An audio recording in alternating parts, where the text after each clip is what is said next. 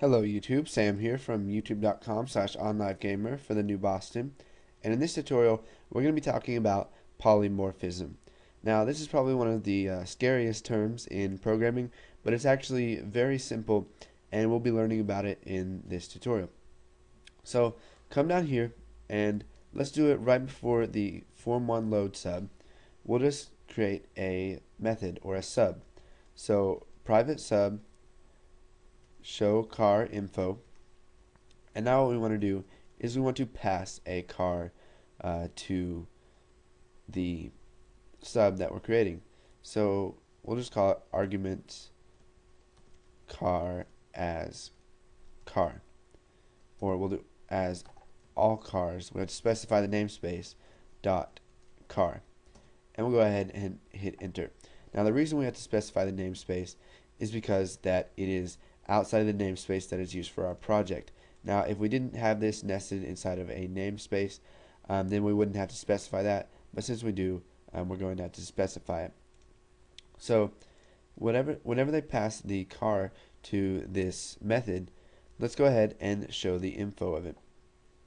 So we'll type argcar dot toString.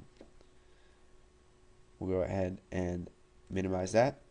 Let's come down here to button show car info, and we will type show car info, and we will pass default car to that. Now up here, this is not going to do anything for us, so we need to show that in a message box. So message box.show, and we're going to convert that to a string, and we'll just set the title to info. We'll go ahead and close that off. Okay, so now that we've shown the car info, let's go ahead and run this and see what we get. Now let's go ahead and click show info. We haven't set the name, so we get the car name, we get the color red, the number of doors 5, and the car speed is equal to 0.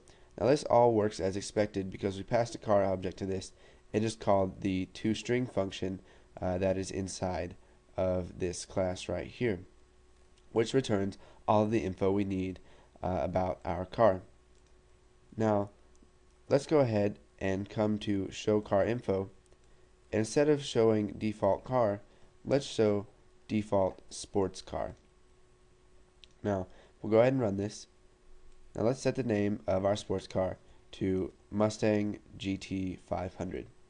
Go ahead and click OK. We'll set the color to black, doors is 2. We will accelerate it to 80 miles per hour. We can look at the power to weight ratio, which is default because we set that when form1 loads. And now if we show info, you can see that we get the name Mustang GT 500, the car color is black, the number of doors is 2, and the car speed is 80. Now you might be wondering to yourself, why does this work? Well, polymorphism basically means that you can that you can use